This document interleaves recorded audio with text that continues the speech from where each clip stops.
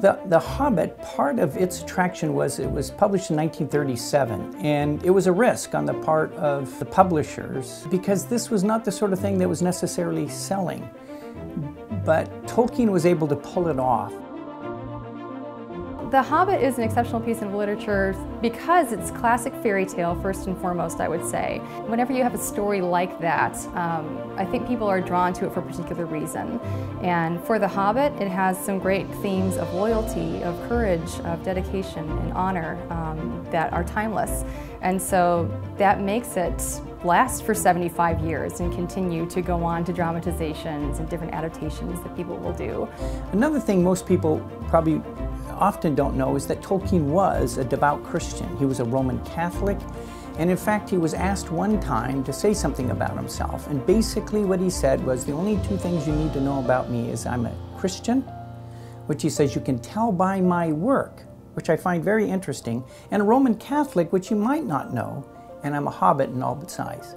So for Tolkien's perspective, what's important about him is simply I'm a Christian and I'm a hobbit in all but size. Dr. Kilby, our founder of the Wade Center, was one of the first people to recognize Tolkien's works as being special. And he brought those into the classroom and had Wheaton students earlier on reading and enjoying these books before a lot of other people caught on, I think. We are now the largest repository of these authors and their papers and their works, most comprehensive, both primary and secondary. We have the original desk on which Tolkien wrote The Hobbit and The Lord of the Rings in our museum area, which people love to come and see.